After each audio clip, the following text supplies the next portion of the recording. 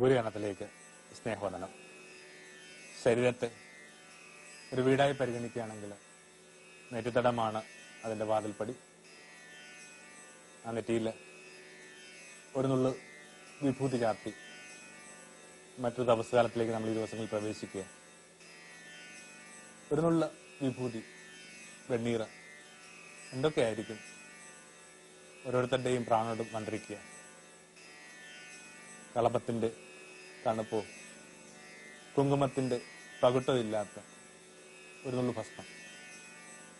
വൈദികൻ നെറ്റിയിൽ ആ വെണ്ണീർ കൊണ്ട് കുരിശ് വരക്കുമ്പോൾ ഒന്ന് കണ്ണുപൂട്ടി അതിന്റെ സൂചനകളൊന്ന് ഓർമ്മിച്ചെടുത്താൽ നല്ലതാണ്. ഒന്നുകൂടി മനസ്സിൽ വെച്ചാൽ നല്ലതാണ്. കഴിഞ്ഞ ഓശാന നാളിൽ വലിയ ജയാരാവങ്ങൾക്ക് വേണ്ടി നമ്മൾ ഉപയോഗിച്ച, പ്രദർശനത്തിന് വേണ്ടി ഉപയോഗിച്ച അതേ കുരുത്തോല തന്നെയാണ് ഇപ്പൊ കരിച്ച് വെണ്ണീറാക്കി മാറ്റിയിരിക്കുന്നത്. ഓർക്കുമ്പോൾ വല്ലാത്തൊരു ഭാരം തോന്നുന്നു. ഓരോന്നിനും എവിടെ നിന്ന് ആരംഭിക്കാമെന്നും എവിടെ എത്താമെന്നുള്ളതിൻ്റെയൊക്കെ ഒരു ഓർമ്മപ്പെടുത്തൽ കണക്ക് ഈ കുരുത്തോലയിൽ നിന്ന് നമ്മളുണ്ടാക്കിയ വെണ്ണീർ.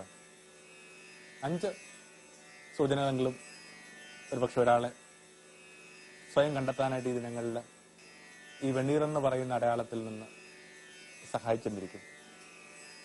2 അസെപ്റ്റിക് ലോകത്തിൽ നിന്നാണ്. യേശു നിന്നിരുന്ന ആ ഒരു പ്രത്യേക സമൂഹത്തിന്റെയും കാലത്തിന്റെയും ഒക്കെ സൂചനകളാണ്.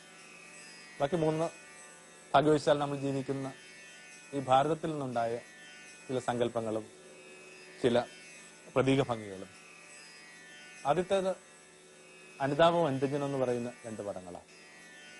വെണ്ണീർ പൂശി ചാക്കുവസ്ത്രം ധരിച്ച് നിലത്തിരുന്ന് ഒക്കെ ഇങ്ങനെ കരയാനും പ്രാർത്ഥിക്കാനും ഒക്കെ പറയുമ്പോൾ പ്രവാചകന്മാരുടെ മനസ്സിൽ 2 കാര്യങ്ങൾ നിശ്ചയമായിട്ടുമുണ്ട്. ഒന്ന് അനുതപിക്കുക, 2 അനുരഞ്ജനപ്പെടുക. അനുതാപം എന്ന് പറയുന്ന ആ വാക്ക് തന്നെ ഒന്ന് ശ്രദ്ധയിലേക്ക് കൊണ്ടുവന്നാൽ നല്ലതാണ്. മെറ്റ്നോയ എന്നൊരു വാക്കാണ് ഗ്രീക്ക് ഭാഷയിൽ ഉപയോഗിക്കുക. ഹൃദയ പരിവർത്തനം തന്നെ. എല്ലാ തരത്തിലുള്ള ആ ഹൃദയ പരിവർത്തനവും നിശ്ചയമായിട്ടും അനുതാപമായിട്ട് തന്നെയാണ് വേണ്ടത്. സ്വന്തം ജീവിതത്തെ പുനർവിചിന്തിക്കുന്ന ഒരാൾക്ക്, തിരിഞ്ഞു നോക്കുന്ന ഒരാൾക്ക് ഭാരപ്പെടാനും തലകുനിക്കാനും ഒക്കെ ഒത്തിരി കാരണങ്ങളുണ്ട്. അത്തരം ചില കാരണങ്ങൾ തിരിച്ചറിഞ്ഞ് ഏതൊരാൾക്കും മാനസാന്തരത്തിന്റെ ചില അനുഭവങ്ങളുടെ നടന്നു പോയേ പറ്റും.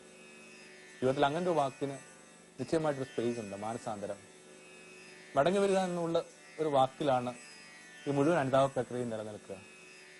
പ്രവാചകന്മാർ ഉപയോഗിച്ചിരുന്ന വാക്ക് ശൂബ് എന്ന് പറഞ്ഞൊരു വാക്ക് ഹീബ്രു ഭാഷയിലാണത്. അതിന്റെ അർത്ഥം തിരികെ വരിക എന്നുള്ള. വലിയൊരു സ്നേഹം നിങ്ങൾ ഓരോരുത്തരെയും തിരികെ വിളിക്കുന്നുണ്ട്. ഓരോ സ്നേഹവും ആത്യന്തികമായിട്ട് ഭൂമിയോട് ഉണർത്താൻ ശ്രമിക്കുന്ന ഒരൊറ്റ സങ്കടമോ ഒരൊറ്റ വിലാപമോ, കംബാക്ക്. ടൈറ്റാനിക് എന്ന് പറയുന്ന ഒരു ചിത്രം നിശ്ചയമായിട്ട് എല്ലാവരും തന്നെ കണ്ടിട്ടുണ്ടാവും. അതിന്റെ വിശദാംശങ്ങളൊക്കെ നമ്മൾ മറന്നുപോയാലും അതിനകത്ത് വല്ലാത്തൊരു കഠിനമായ മുഹൂർത്തമുണ്ട്. ആ സ്ത്രീയുടെ കയ്യിൽ നിന്ന് ഈ ചെറുപ്പക്കാരൻ ഇങ്ങനെ ഊർന്നു പോകുമ്പോൾ, കടലിന് അഗാധങ്ങളിലേക്ക് ഇങ്ങനെ താഴ്ന്നു പോകുമ്പോൾ അവൾ മുഴക്കുന്ന ആ നിലവിളി, കംബാക്ക്. ചെറിയ അളവിലോ വലിയ അളവിലോ ഏതൊരു സ്നേഹാനുഭവങ്ങളിലും അത്തരം ഒരു നിലവിളി ഒന്ന് കണ്ണുപൂട്ടിയിരുന്നാൽ കേൾക്കാവുന്നേ ഉള്ളൂ. കുഞ്ഞുങ്ങൾ വിളിക്കുന്നുണ്ടാവും കംബാക്ക്. എന്നും സന്ധ്യയിൽ വൈകി മാത്രം എത്തുന്ന ഒരപ്പനോടൊക്കെ, അല്ലെങ്കിൽ നിങ്ങൾ പതുക്കെ പതുക്കെ അവഗണിക്കുന്ന ആ വീട്ടത്താഴം അത് മന്ത്രിക്കുന്നുണ്ടാവും. നിങ്ങളൊരു പക്ഷെ കുറെ കാലമായിട്ട് വിതയ്ക്കുകയോ കൊയ്യുകയോ ചെയ്യാത്ത വയലിൽ നിലവിളിക്കുന്നുണ്ടാവും. അശ്രദ്ധമായിട്ട് നമ്മൾ മുമ്പോട്ട് കൊണ്ടുപോകുന്ന ഒരു ചങ്ങാത്തം നിലവിളിക്കുന്നുണ്ടാവും. അവഗണന കൊണ്ട് നമ്മൾ ഭാരപ്പെടുത്തുന്ന വയോധികരായ മാതാപിതാക്കന്മാർ നിലവിളിക്കുന്നുണ്ടാവും. കേൾക്കാതെ പോകുന്ന നമ്മുടെ ജീവിത പങ്കാളിയെ നിലവിളിക്കുന്നുണ്ടാവും കംബാക്ക്. ഓരോ സ്നേഹാനുഭവത്തിന്റെയും ഉള്ളിൽ നിന്ന് നിശ്ചയമായിട്ട് ആ നിലവിളി പിടങ്ങുന്നുണ്ട് കംബാക്ക്. അവനവന്റെ നിഷ്കളങ്കതയിലേക്കുള്ള മടക്കയാത്ര തന്നെയാണിത്. ക്രിസ്തുവിസ്കൊക്കെ പറയുന്ന കണക്ക് എനിക്കുമുണ്ടായിരുന്നൊരു ബാല്യം, പൂമ്പാറ്റകളുടെയും ചിത്രശലഭങ്ങളിലൊക്കെ പിന്നാലെ പിന്നാലും. എന്നിട്ട് എപ്പോഴാണ് നമ്മൾ അതിനകത്തൊക്കെ പുറത്തായത്? വല്ലപ്പോഴുമെങ്കിലും അവനവൻ നാട് കടത്തപ്പെട്ട ആ നിഷ്കളങ്കതയിലേക്ക് ഓരോരുത്തരും തലകുനിച്ച് മടങ്ങി വരേണ്ട വൈകിയ മുഹൂർത്തമാണിത്.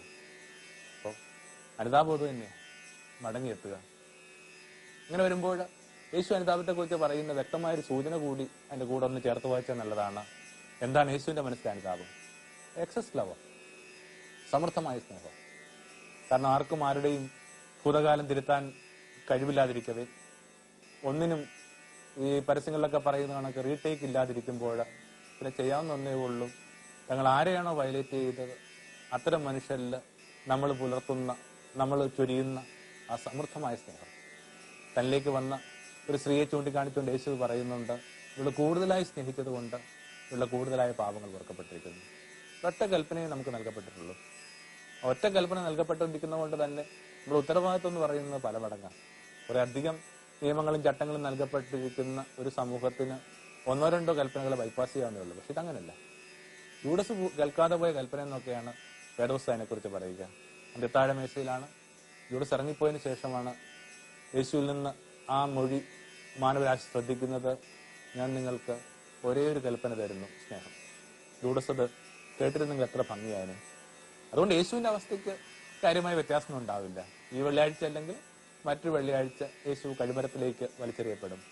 എന്നാലോ യൂഡസിന് ഉണ്ടാക്കാൻ പോയിരുന്ന വ്യത്യാസം, ഒറ്റ കൽപ്പന നൽകിയിരിക്കുന്നത് കൊണ്ട് ഒറ്റ പാവേ ഉള്ളൂ, വയലേഷൻ ഓഫ് ലവ്. ഓരോ ഇടങ്ങളിലും സ്നേഹത്തിന്റെ അഭംഗികൾ കൊണ്ട്, അപൂർണതകൾ കൊണ്ട്, അപക്വത കൊണ്ട് നമ്മൾ ചുരുക്കുകയും വിഷമിപ്പിക്കുകയും ഭാരപ്പെടുത്തുകയും ചെയ്തവരിലേക്കുള്ള ആ സ്നേഹത്തിന്റെ സമൃദ്ധമായ മടക്കയാത്ര. അങ്ങനെ വലിയ സ്നേഹാനുഭവങ്ങൾക്ക് വേണ്ടി, വലിയ സ്നേഹസമൃദ്ധികൾക്ക് വേണ്ടി മാറ്റിവെച്ച 19 ദിനങ്ങളായിട്ട് ഈ നോയമ്പ് കാലത്തെ കണ്ടാൽ നല്ലതാണ്. പലപ്പോഴും ഒരു കുഞ്ഞു വിഷമം ഇതിന്റെ കൂടെ കൂട്ടി വായിക്കാവുന്നൊരു കാര്യമുണ്ട്. ചിലപ്പോൾ നമ്മൾ വിഷമിപ്പിച്ച മനുഷ്യര് നമ്മുടെ ഈ ജീവിത ചിത്രത്തിൽ നിന്ന് മാറിപ്പോയാലും ചെയ്യും. തങ്ങളുടെ ഒരു പ്രണയകാലത്തിലോ സൗഹൃദത്തിലോ ഒക്കെ നമ്മൾ വിഷമിപ്പിച്ച മനുഷ്യരെ നമ്മൾ കാണണമെന്നില്ല. പിന്നെ ചെയ്യാവുന്ന എന്താണ്, അത്തരം മേഖലകൾക്കകത്ത് കൃത്യമായ പരിക്കേറ്റ മനുഷ്യര് ചേർത്ത് പിടിക്കുക, അവർക്ക് സമൃദ്ധമായ സ്നേഹം കൊടുക്കുക. ശരിക്കും സംഭവിച്ചതാണ്, ഒരാള് അയാളുടെ അമ്മയെ കാര്യമായിട്ട് എടുത്തിട്ടില്ല, അവഗണിച്ചു. അമ്മ ഈ പറയുന്ന കണക്ക് ഇങ്ങനെ വയൽപ്പ് കൊഴിയുന്ന കണക്ക് കൊഴിഞ്ഞു പോയി. ഇനിയിപ്പോൾ എന്ത് ചെയ്യാൻ പറ്റും? 19 വയസ്സിൽ അയാൾ റിട്ടയർ ചെയ്ത് കഴിയുമ്പോഴാണ് അയാൾക്ക് അതിന്റെ ആ ഒരു ഭാരം മനസ്സിലാവുന്നത്, ഗ്രാവിറ്റി മനസ്സിലാവുന്നത്. അപ്പൊ അയാൾ കണ്ടുപിടിച്ചത് ഒരുപക്ഷെ ഏറ്റവും ഭംഗിയുള്ള ഒരു രീതിയാണ്, മാതൃകയാണ്. അതിങ്ങനെയാണ്, തന്റെ അമ്മയ്ക്ക് ഇപ്പോൾ ഉണ്ടാകുമെന്ന് കരുതുന്ന ഒരു പ്രായം, ആ പ്രായത്തിലുള്ള കുറെ അധികം സ്ത്രീകളെ അയാൾ തന്റെ വീട്ടിനകത്ത് പാർപ്പിക്കുന്നു, അമ്മമാരെ പാർപ്പിക്കുന്നു. തനിക്ക് കിട്ടുന്ന ആ പെൻഷൻ തുകയിൽ നിന്ന് അവരുടെ മരുന്നും ഭക്ഷണവും പാർപ്പിടവും ഒക്കെ അയാൾ ഉറപ്പുവരുത്തുന്നു. പല മഠങ്ങളിൽപ്പെട്ട അമ്മമാരുണ്ട്. അതുകൊണ്ട് ഈ അമ്മമാരുമായിട്ട് അയാൾ വിവിധ ആരാധനാലയങ്ങളിൽ പോകുന്നു. അങ്ങനെ ഒരാൾ നമ്മൾ ആർക്കാണോ പരിക്ക് കൊടുത്തത് അവരില്ലെങ്കിൽ പോലും സമാനമായ മേഖലകളിൽ കൊടുക്കുന്ന സമൃദ്ധമായ സ്നേഹം. പലപ്പോഴും ഈ ക്രിസ്ത്യൻ ഡിപ്പെൻഡൻസ് എന്ന് പറയുന്ന വളരെ യുക്തിഭദ്രമായ ഒന്നാണ്. സെൽഫ് ടോർച്ചറാണ് ലോകമെമ്പാടും മനുഷ്യരെ ഈ റിപ്പൻഡൻസ് ആയിട്ട് ഗണിക്കുക.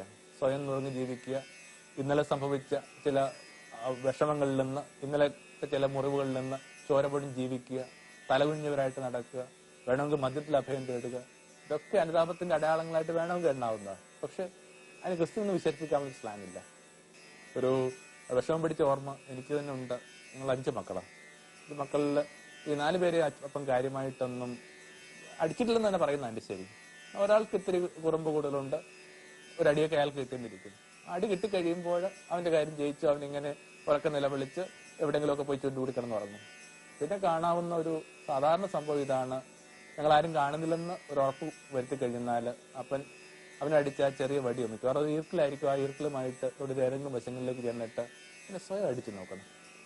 അപ്പൊ എന്ത് ക്ഷോഭത്തിലാണ് അടിച്ചതെന്ന് ഉറപ്പില്ലാത്തത് കൊണ്ട് മുഖം വക്രിച്ചും പല അവയവങ്ങളിലും ഒക്കെ ഇങ്ങനെ അടിച്ചു നോക്കണം. നടന്നുകൊണ്ടിരിക്കുന്ന കാര്യം അനുതാപം തന്നെ, എന്നാലും ക്രിസ്ത്യനല്ല. എന്താണ് ഈ ക്രിസ്ത്യൻ അനുതാപം എന്ന് പറയുന്നത്? അവനിങ്ങനെ ചുരുണ്ടുകൂടി കിടന്നുറങ്ങുമ്പോൾ അവന്റെ അടികൊണ്ട് തിണർത്ത് ആ നീരിച്ച പാടുകൾക്കരികില് മുട്ടിന്മേൽ നിന്നുകൊണ്ട് അതിനെ ചുംബിക്കുന്നതാണ് ക്രിസ്ത്യൻ അനുതാപം. ഇതാണ് ഒരുപക്ഷെ ഏറ്റവും ബുദ്ധിപൂർവ്വം, ഏറ്റവും യുക്തിഭദ്രമായ അനുതാപ വികാരം. രണ്ടാമതായിട്ട് അന്യജനപ്പെടേണ്ട മേഖലകളാണ്. ഒരാളിങ്ങനെ ചാക്കുവസ്ത്രം ധരിച്ച് ഇങ്ങനെ വെണ്ണീറൊക്കെ പൂശി ഇരിക്കുന്നത് തന്നെ ഒരു അന്യജനത്തിന് പറ്റുന്ന വിനയത്തിൽ താൻ എത്തിയിരിക്കുന്നുള്ളതിന്റെ ബോഡി ലാംഗ്വേജ്, ശരീരഭാഷയാണ്. അതിന്റെ ഒരു ബാഹ്യമായ പ്രതീകമായിട്ടാണ് പ്രവാചകന്മാർ അതിനെ ഗണിക്കുക. ഒത്തിരി മേഖലകൾക്കൊക്കെ അന്യജന ആവശ്യമുണ്ട്. പലയിടത്തും ഇങ്ങനെ നമ്മൾക്കിടയിൽ വിള്ളൽ വന്നു വീണിട്ടുണ്ട്. മനുഷ്യനുമായി, പ്രകൃതിയുമായി, ഈശ്വരുമായൊക്കെ എന്നൊക്കെ നമ്മൾ ബ്രോഡായിട്ട് ഇങ്ങനെ 3 തലങ്ങളിൽ ഈ വിള്ളലിനെ കുറിച്ച് പറയും. മനുഷ്യബന്ധങ്ങളെയൊക്കെ നമുക്ക് ഒന്നുകൂടി വിളക്കി യോജിപ്പിക്കാം ഈ കാലത്തിനകത്ത്. മാപ്പെന്ന് പറയുന്നൊരു വാക്കിന് ഒരു സ്വീകാര്യത കൊടുക്കുക. ആ വാക്ക് കുറെ കൂടി ഇങ്ങനെ ഉള്ളിന്റെ ഉള്ളില് ആ ഭംഗിയായിട്ട് പ്രതിധ്വനിക്കട്ടെ. കാരണം 7 വാക്കുകളിലാണ് യേശുവിന്റെ കടന്നുപോകൽ നമുക്കറിയാം. ഓരോ ദിവസം കഴിയുമ്പോൾ യേശുവിന്റെ പീഡാനുഭവങ്ങളിലേക്ക് ഓർമ്മ വരുമ്പോൾ നമ്മുടെ ഉള്ളിലേക്ക് ആ 7 വാക്കുകൾ ഭംഗിയായിട്ട് ആരോ വീണ്ടും വീണ്ടും ഇങ്ങനെ കോറിയിടുകയോ എഴുതി കേൾപ്പിക്കുകയൊക്കെ ചെയ്യും. അങ്ങനെ വരുമ്പോൾ ആ 7 മൊഴികളിൽ ആദ്യത്തെ മൊഴി തന്നെ എടുക്കുക, മാപ്പ്. ലോകത്തിന് മാപ്പ് കൊടുക്കാനുള്ള ബാധ്യത അവനോട് ചേർന്ന് നിൽക്കുന്ന എല്ലാവർക്കും ഉണ്ട്.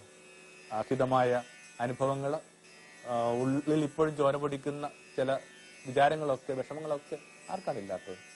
എന്നിട്ടും ആ മാപ്പെന്ന് പറയുന്ന വാക്കിന് കുറെ കൂടി മൂല്യം കൊടുക്കുക. ചില പ്രത്യേക ക്രിസ്ത്യൻ സമൂഹങ്ങളിൽ ഈ 7 ആഴ്ച കൊണ്ട് നോയമ്പിലും നമുക്കറിയാം. ആ 7 ആഴ്ചകളിലേക്ക് വേണ്ടി യേശുവിന്റെ 7 മൊഴികളെടുത്ത് ധ്യാനിക്കുന്ന, അതിനെ ഗൗരവമായിട്ട് എടുത്ത് ചില തീരുമാനങ്ങളിലേക്ക് എത്തുന്ന രീതി ഉണ്ടായിരുന്നു. അങ്ങനെയെങ്കിൽ ആ 7 മൊഴികളിലെ ആദ്യത്തെ മൊഴി നമുക്ക് ഈ 10, 40, 50 ദിവസങ്ങൾ ഓരോരുത്തരെയും നോമ്പിന്റെ ഒക്കെ ദിനങ്ങൾക്ക് ഇത്തിരി അങ്ങോട്ടും ഇങ്ങോട്ടും ഒക്കെ ഇത്തിരി 2-3 ദിവസങ്ങളിലേക്ക് വ്യത്യാസമുണ്ട്. നമ്മുടെ മുമ്പിലുള്ള ആ ദിനങ്ങളിൽ ഒന്ന് അതിന് ഗൗരവമായിട്ട് എടുക്കുക, മാപ്പ്. എല്ലാവർക്കും മാപ്പ് കൊടുക്കുക. 70 എന്നൊക്കെ പറയുമ്പോൾ 70 യേശു പറയുന്നൊരു അളവ്, മാപ്പിന്റെ അളവ്. ആരെങ്കിലും വിചാരിക്കുന്നുണ്ടോ അതിങ്ങനെ കണക്കിന്റെ ഒരു കളിയാണെന്ന്? ഇങ്ങനെ ക്ഷമയെ ഓരോരുത്തരെയും സംസ്കാരത്തിന്റെ ഭാഗമാക്കുക. ഈ ദിനങ്ങളിലൊക്കെ കുറെ കൂടി മാപ്പിനും ക്ഷമയ്ക്കും കുറെ കൂടി സ്പേസ് കൊടുക്കുക എന്നുള്ളതാണ് രണ്ടാമത്തെ പാഠം. പിന്നെ സ്വാഭാവികമായിട്ട് ഈ ദേശത്ത് നിന്ന് ഈ വെണ്ണീറിന് കൊടുക്കുന്ന ഒരു സൂചന, ഒരു 3ഓളം സൂചനകൾ. അത് ഇങ്ങനെ നമുക്ക് എണ്ണിയെടുക്കാം. 1, ഒരാൾ പുലർത്തേണ്ട നിർമ്മമത. 2, ഒരാൾ അനുഭവിച്ചറിയുന്ന ബോധ്യം വരുന്ന നൈമിഷികത. 3-ാമതായിട്ട് ഒരാളുടെ ഉള്ളിലേക്ക് വരുന്ന ആ മരണബോധം. അത് കൃത്യമായിട്ട് ഒടുവിൽ പറഞ്ഞ കാര്യം കൃത്യമായിട്ട് നമ്മുടെ റിച്വൽ തന്നെ ഉണ്ട്. ഈ വെണ്ണീർ നെറ്റിയിൽ പൂശുമ്പോൾ ഗായകസിംഗം പാടുന്ന പാട്ട്, മനുഷ്യ നീ മണ്ണാവുന്നു, ഒരു മരണബോധം. ആ 3 കാര്യങ്ങൾ കൂടി ഒന്ന് മനസ്സിലേക്ക് ഈ ദിനങ്ങളിൽ ഗൗരവമായിട്ട് എടുത്താൽ നല്ലതാണ്. ഒരു നിർമ്മമതയുടെ ഒരു തലമുണ്ട്. എന്തിലോട്ട് ഇങ്ങനെ വല്ലാതെ മനുഷ്യൻ മുങ്ങിപ്പോകുന്നുണ്ട്, വല്ലാതെ അതിനോട്ട് പെട്ടുപോകുന്നുണ്ട്. ഭാരതീയ പാരമ്പര്യമൊക്കെ പറയുന്ന ഒരു സാക്ഷിഭാവം എന്ന് പറയുന്ന ഒരു ഉത്തമമായ ഡിസ്പോസിഷൻ ഉണ്ട്. ഏതനുഭവങ്ങൾക്കകത്തുനിന്നും ഇത്തിരി ഡീലിംഗ്ഡ് ആയിട്ട് ഇത്തിരി മാറിയെന്ന് കാണാൻ പറ്റുന്ന ഒരു സംഭവം. എസ്തെറ്റിക് ഡിസ്റ്റൻസ് എന്നൊക്കെയാണ് നമ്മളിതിന് ഈ കലയുമൊക്കെ ആയിട്ട് ബന്ധപ്പെട്ട ചില വിചാരങ്ങൾ പറയുക. ഒരു ശില്പം, ഒരു ചിത്രം, അതിന്റെ അടുത്ത് ഇങ്ങനെ നിന്ന് കണ്ടു കഴിഞ്ഞാൽ അതിനകത്തൊരു ഭംഗിയില്ല. അതിങ്ങനെ കാര്യങ്ങൾ ബ്ലെയർ ചെയ്യും. എന്നാൽ കുറച്ച് ദൂരത്ത് നിൽക്കുമ്പോൾ ആ ചിത്രങ്ങൾക്ക് എന്ത് ഭംഗിയാണ്. അപ്പൊ എന്തിനകത്തുനിന്നും കാഴ്ച വ്യക്തമാകണമെങ്കിൽ, കാഴ്ച ഭംഗിയുള്ളതാകണമെങ്കിൽ നിങ്ങൾ സൂക്ഷിക്കേണ്ടാകല. ഒരുതരം വാനപ്രസ്ഥം എന്നൊക്കെ പറയുന്ന ഒരു വിചാരത്തിന് ഒരു ക്രിസ്ത്യൻ പശ്ചാത്തലത്തിലും പ്രസക്തി ഉണ്ടെന്ന് ഓർത്താൻ നല്ലതാണ്. വാനപ്രസ്ഥം എന്താണെന്ന് ആ ഭാരതീയ വിചാരങ്ങളിൽ ജീവിതം ക്രമപ്പെടുത്തിയിട്ടുള്ള എൻ്റെ കേൾവിക്കാർക്ക് നന്നായിട്ട് അറിയാം. ഒരു പ്രത്യേക ഘട്ടത്തിൽ ജീവിതത്തിന്റെ അനുദിന വ്യാപാരങ്ങളിൽ നിന്ന് ഓരോരുത്തർ ഇത്തിരി ഡിറ്റാച്ച് ആവുക. അത്തരം ചില പിൻവാങ്ങലിനെ കുറിച്ച്, അത്തരം ചില നിർമ്മമതയെ കുറിച്ചൊക്കെ യേശു സൂചിപ്പിച്ചിട്ടുണ്ട്. ബന്ധങ്ങൾ ഉപേക്ഷിക്കാനൊക്കെ പറഞ്ഞ അർത്ഥം എന്താണ്? ബന്ധങ്ങൾ ഉപേക്ഷിക്കുക എന്ന് പറയുന്നതിന്റെ അർത്ഥം ഓവർനൈറ്റ് ഓരോരുത്തർ അവരുടെ ബന്ധങ്ങൾ വേണ്ടാന്ന് വെക്കാന്നല്ല. ബന്ധങ്ങൾ റെപ്രസെന്റ് ചെയ്യുന്ന കാര്യമുണ്ട്. അമ്മയും അപ്പനെയും സഹോദരങ്ങളെ ഉപേക്ഷിച്ചിട്ട് വരാത്തവർക്ക് എന്നെ പിഞ്ചെല്ലാൻ അവകാശമുള്ള അർത്ഥം എന്താണ്? അതിങ്ങനെ വ്യക്തിപരമായിട്ട് ഇങ്ങനെ ഓരോരുത്തരെയും നിങ്ങളുടെ ജീവിതത്തിൽ നിന്ന് ഇങ്ങനെ സർജിക്കലായിട്ട് പുറത്ത് ഇങ്ങനെ വേണ്ടെന്ന് വെക്കുകയാണോ? അല്ല. അമ്മ റെപ്രസെന്റ് ചെയ്യുന്ന ഒരു മൂല്യമുണ്ട്, വാത്സല്യം. അപ്പൻ റെപ്രസെന്റ് ചെയ്യുന്ന ഒരു മൂല്യമുണ്ട്, സഹോദരന്മാർ റെപ്രസെന്റ് ചെയ്യുന്ന മൂല്യമുണ്ട്, കരുതലും താല്പര്യം. അങ്ങനെ ഓരോ ബന്ധങ്ങളും റെപ്രസെന്റ് ചെയ്യുന്ന ചില മൂല്യങ്ങൾക്കകത്തുനിന്ന് എന്തെങ്കിലുമൊക്കെ, അല്ലെങ്കിൽ റെപ്രസെന്റ് ചെയ്യുന്ന ചില വൈകാര്യം, മൂല്യമല്ല, ചില വൈകാരികതകൾക്കകത്തുനിന്ന് കുറച്ച് ഡിറ്റാച്ചായിട്ട് നിൽക്കാന്നുള്ള പ്രധാനം. പലപ്പോഴും അത്തരം വൈകാരികതകൾക്ക് സംഭവിക്കുന്ന പരിക്കിനെയാണ് വളരെ ഗൗരവമായിട്ട് എടുക്കുകയും വല്ലാതെ നമ്മൾ തകർന്നുമൊക്കെ ജീവിക്കുക. അപ്പോൾ 3-ാമത്തെ ഒരു സൂചന കുറെ കൂടി നിർമ്മമത ജീവിതം അർഹിക്കുന്നുണ്ട്. 4-ാമതായിട്ട് ഈ നൈമിഷികം എന്ന് പറയുന്നൊരു പാഠം. ഒരു സെക്കൻഡിനുള്ളിൽ കത്തിപ്പോകുന്ന കാര്യങ്ങളേ ഉള്ളൂ ലോകത്തിലുള്ള എല്ലാം. കുട്ടി കുറച്ച് കഴിച്ചു കഴിയുമ്പോൾ ഈ കാണുന്ന എല്ലാം ഒരു തീനാളം വീണ് കഴിഞ്ഞാൽ വെണ്ണീറാണ്. എന്തൊരു ഷോർട്ട് ഡ്യൂറേഷനുള്ള ചില കാര്യങ്ങളെയൊക്കെയാണ് മനുഷ്യർ ഗൗരവമായിട്ട് എടുത്തുകൊണ്ടിരിക്കുന്നത്. യവനത്തിലൊക്കെ നമ്മൾ വിചാരിക്കുന്നു യവനം വലിയ സംഭവം. നോക്കി നിൽക്കുമ്പോൾ കണ്ണുകൾക്ക് താഴെയായിട്ട് കറുപ്പ് വീഴുന്നു, ചുളിവ് വീഴുന്നു, നെറ്റിത്തടങ്ങളിൽ ചുളിവ് വീഴുന്നു, ഇവിടെ ഓർമ്മ മങ്ങുന്നു. എല്ലാത്തിനും ഒരു കുറച്ച് സെക്കൻഡുകൾ മാത്രമേ ഉണ്ടെന്ന് മനസ്സിലാക്കി കഴിയുമ്പോൾ മനുഷ്യർ ആ പ്രത്യേക കാലത്തെ കുറെ കൂടി ഗൗരവമായിട്ട് എടുക്കും. എന്തിനും അത്രയൊക്കെ തന്നെ വാല്യൂ ഉണ്ട്. ഇപ്പൊ നമ്മൾ പ്രസക്തമെന്ന് കരുതുന്ന പലതിനും ഇങ്ങനെ അധികം ആയുസില്ല. ഞാൻ എപ്പോഴും ആലോചിക്കുന്ന ഒരു കാര്യം ഇതാണ്. അപ്പൻ നല്ല വായനക്കാരനായിരുന്നു. ഒരുപക്ഷെ എനിക്ക് പരിചയമുള്ളതിൽ വെച്ച് ഏറ്റവും കൂടുതൽ വായിച്ചിട്ടുള്ള ഒരു വ്യക്തി അപ്പൻ തന്നെയായിരിക്കും. പുസ്തകങ്ങൾക്കിടയിലല്ലാതെ അപ്പനെ കണ്ടിട്ടില്ല. അങ്ങനെ അത്രയും പുസ്തകങ്ങൾക്കിടയിൽ ജീവിക്കുകയും പുസ്തകം തന്നെ എന്ത് ചെയ്യുന്നുണ്ട്, ജീവിതത്തിന്റെ ശ്വാസമായിട്ട് എടുക്കുകയും ഒക്കെ ചെയ്ത, നന്നായിട്ട് വായിക്കുകയും കുറച്ച് എഴുതിയൊക്കെ ചെയ്തിരുന്ന അപ്പൻ. ആ അപ്പൻ ഒരു 3 വർഷമായിട്ട് പത്രം പോലും വായിക്കുന്നില്ല. അപ്പൊ പുസ്തകങ്ങൾക്ക് ജീവിതത്തിൽ എന്ത് പ്രാധാന്യം ഉണ്ടെന്ന് എനിക്കറിയാം. പുസ്തകങ്ങൾക്ക് എവിടം വരെ മാത്രം പ്രാധാന്യമുണ്ടെന്ന് ഇപ്പൊ എനിക്കറിയാം. അപ്പൊ അത് കണക്കിന് ഓരോരുത്തരും അവരവരുടെ കാലഘട്ടങ്ങളിൽ വളരെ പ്രധാനപ്പെട്ട് കരുതുന്ന പല കാര്യങ്ങൾക്കകത്ത് ഇത്രയൊക്കെ ഉള്ളു കാര്യങ്ങൾ. ഒരു നൈമിഷികത എന്ന് പറയുന്ന ഒരു കാര്യം നോക്കി നിൽക്കുമ്പോ ചില കാര്യങ്ങൾക്ക് മീതെ ഇങ്ങനെ തീ വീഴും, അത് വെണ്ണീറാവും. അത്രേ ഉള്ളൂ. നഗരങ്ങളൊക്കെ ചാമ്പലാനൊക്കെ നമ്മൾ വായിച്ചു കേൾക്കുന്നുണ്ട്. പ്രദൂഷണം എന്നൊരു വളരെ കോമൺ ആയ ഒരു പ്രതീകമാണ്. ഇങ്ങനെ തീയും കണ്ട് ഇറങ്ങി വരിക, ഒരു നഗരം ഒരു പിടി വെണ്ണീറാവുക. എന്ത് നമ്മൾ ആഘോഷിക്കുകയും എന്ത് നമ്മൾ ഈ ബലം പറയുകയും എന്തിനു മീതെയാണ് നമ്മളിങ്ങനെ വല്ലാത്ത അഹന്തയില് ഇങ്ങനെ അശ്വത്തിലൊക്കെ ഏറി നടക്കുകയൊക്കെ ചെയ്യുന്ന കാര്യങ്ങൾക്ക് ഇത്രയേ ഉള്ളെന്ന് മനസ്സിലാക്കി കഴിയുമ്പോൾ ഓരോരുത്തർക്കും പുലർത്താവുന്ന ഒരു വിവേകം, അല്ലെങ്കിൽ വല്ലാത്ത ദാഷ്ട്യത്തിൽ നമ്മൾ ചെന്ന് ചെട്ടുകാടും. പക്ഷേ ഈ യവനത്തിന്റെയൊക്കെ ഒരു പ്രത്യേക ഘട്ടത്തിനകത്ത് ഈ യവനമൊക്കെ എന്തുമാത്രം നീളുന്നുണ്ടെന്ന് ഓർത്താൻ നല്ലതാ. യവനത്തിൽ വല്ലാതെ ഇങ്ങനെ ട്രാക്ക് തെറ്റി ഓടിക്കൊണ്ടിരുന്ന ഒരു മകനെ ഏതെങ്കിലും തരത്തിലൊന്ന് പറഞ്ഞ് നേരെയാക്കാനായിട്ട് അവന്റെ അമ്മ ഒരു വയോധികനായ ഗുരുവിനോട് പറയുന്നുണ്ട്. ഗുരു ആ അമ്മയുടെ ഒരു അഭിലാഷത്തിന് മാനിച്ചുകൊണ്ട് വന്ന് അവരുടെ വീട്ടിൽ വന്ന് പാർക്കുന്നു.